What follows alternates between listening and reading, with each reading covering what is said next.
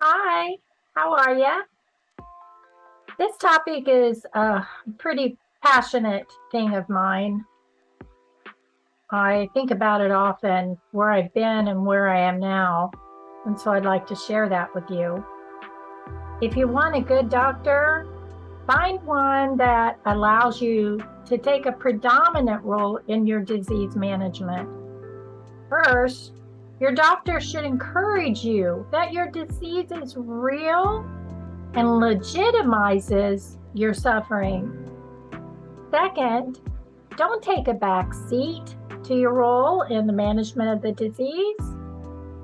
Third, know the psychological factors that affect your disease. And fourth, understand the importance of sleep and good sleep hygiene. I get personal, so hang in there with me. Here we go.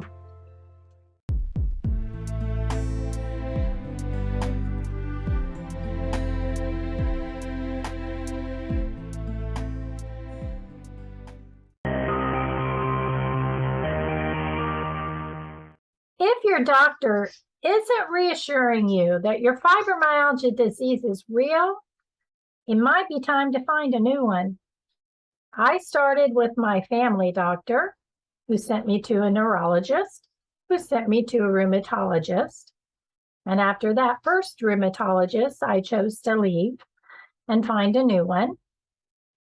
It was with that second rheumatologist on my second visit that I was diagnosed with fibromyalgia. That process took almost 2 years. And that's pretty good compared to many people who might take 5 to 7 years. That just irks me. But by the time I saw that second rheumatologist, I was full-blown fibromyalgia. I talked about that in my video on my diagnosis. I saw her for quite a few years. Most of my fibromyalgia journey from 2008 to probably 2020, the pandemic had hit and I stopped going. And after about 6 months or so, maybe a year, I started seeing a pain doctor. I just thought I would try that, something new, something different. And I probably saw him for about a year. My current doctor, I've been seeing her for, I don't know, 4 years maybe. She's a nurse practitioner and very amazing. I just love her. She listens to me and answers my many questions. She said that she would take on the role of my fibromyalgia symptoms and the medications that are involved in all of my treatment. I go in with a list. She'll run any tests that I want run, and she'll make suggestions. I saw her a couple days ago, and she changed my GERD medicine to Pepsid. It's a prescription medicine that's a little stronger than what you can purchase. It's supposed to help eliminate my cough, my throat clearing, which is terrible. It helps with nasal drainage too, and apparently it works as an antihistamine, so I like that idea. I also got some blood work done today, like checking my B6 and B12 levels. I got a full thyroid check my A1C, blood A1C, and my cholesterol. I'll find the results of that in a couple of days. I expect my doctor to be helpful. Finding a doctor is not an easy process, but it's something that's worth the time because it's about you, not about them. It's about you. It's absolutely necessary that your doctor is caring, empathetic, understanding. Just know if you're in need of a diagnosis, your doctor is going to do a lot of blood tests to rule out other illnesses and take a full patient history. You don't have to be dissatisfied with your doctor. I mean, I'm hearing you. You've been burnt. But don't give up on there being a doctor that is right for you. I mean, I'm happy right now in the present time because I've learned that I need to be in control of the management of my disease. But that doesn't mean that I don't listen to my doctor. I can research a topic and know what the research says about that topic and what the internet says. We love Googling, don't we? But I don't know everything or how meds or other treatment options can work together. I trust my doctor. She listens to me and acknowledges that I am interested in my management. But I also know that she knows more than I do. It's time to take control, guys, in your management.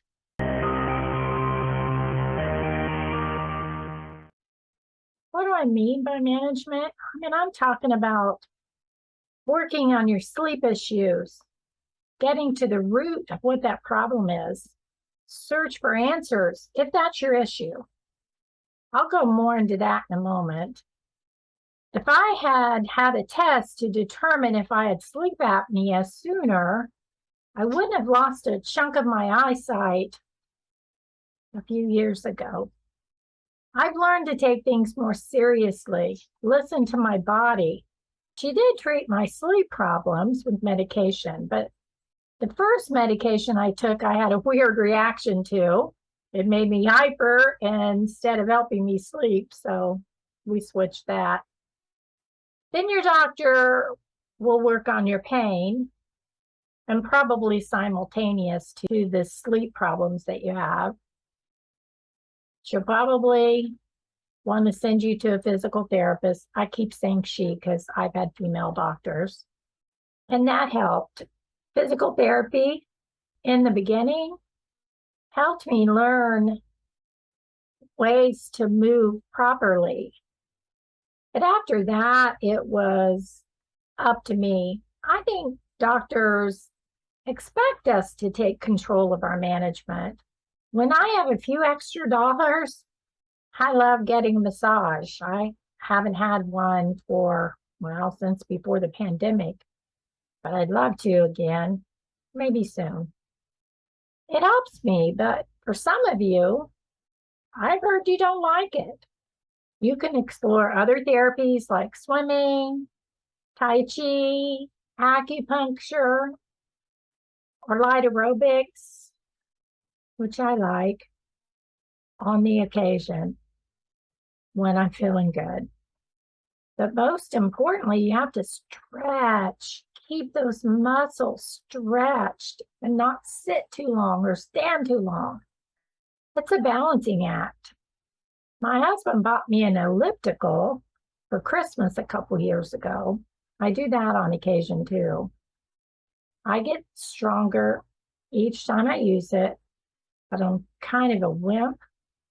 I've never had an athletic kind of body. I've always been kind of stiff. It's just how I'm made physically. Food is another thing. What you eat, that's a whole other topic. I do believe that what we put in our body affects our health. I also love heat to relieve my stiffness and pain. When I take hot baths, I've said that a million times. You know, find the best management tools that work for you. And try to stay positive to the best of your ability. Think positive, happy thoughts. Being negative is detrimental to our health. Positivity releases the endorphins and gives us a feeling of euphoria. And we need that. Like any disease known to man, there can be psychological factors that come into play. But some people think we have a psychological illness, and that's frustrating. But there's no research that has shown that's true. Anyone who is suffering with an illness is subject to depression or anxiety. Anyone. If you do have depression, then find something that helps you. Exercise, movement, hobbies, watch a funny movie, medication, whatever it is for you, okay? And if you have anxiety, try breathing techniques. They really help me to relax. And trust me, I need that sometimes. I don't know if I would have gotten through my dissertation process without taking relaxing breaths, closing my eyes, and thinking about each area of my body one at a time that was bothering me, letting myself feel it, acknowledging it, and then moving on to the next area. It doesn't cost a dime for you to do that, but the benefits are enormous. You can do it with soothing video, calming sounds. I love that. I like a waterfall. It's a mindfulness meditation. Maybe it'll help you. Also, working with a therapist is also important, but finding one that you're comfortable with can take time. It'll also help you not feel so alone if that's an issue.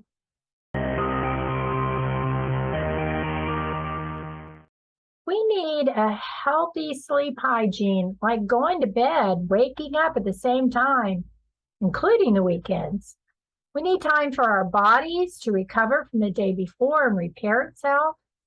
Long naps aren't good. If you need a long nap during the day, then you need to talk to your doctor.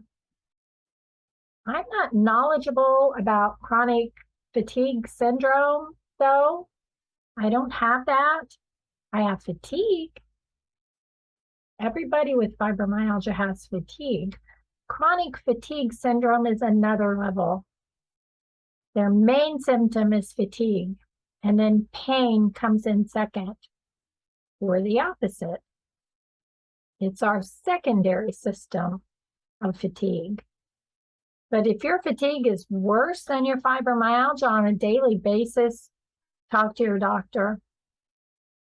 Vitamin D supplements, specific antidepressant meds, and a muscle relaxer can help you start a routine.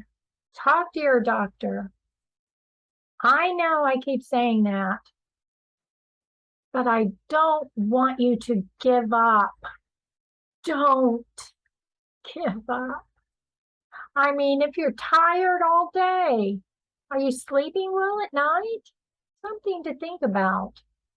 Deep sleep patterns can be disrupted by brain waves that signal wakefulness in fibromyalgia. It's a real thing. And if you have restless legs, there are treatments for that too. Talk to your doctor. When restless legs start up with me now, I know it's time for me to go to sleep. That's my clue. Sleep apnea is no joke. The pauses in the breathing all night will keep you from reaching a deep sleep. That was my issue. And I didn't even know I had it for years. Don't drink caffeine after 2 p.m. so your body has time to work the effects out before you're ready to fall asleep. There's help for you. Seek it out. Do your research. Oh my goodness, do your research.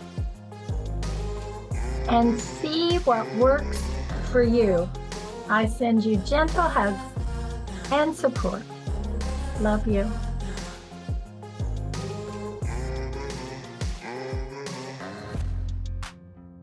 When I have a few extra drops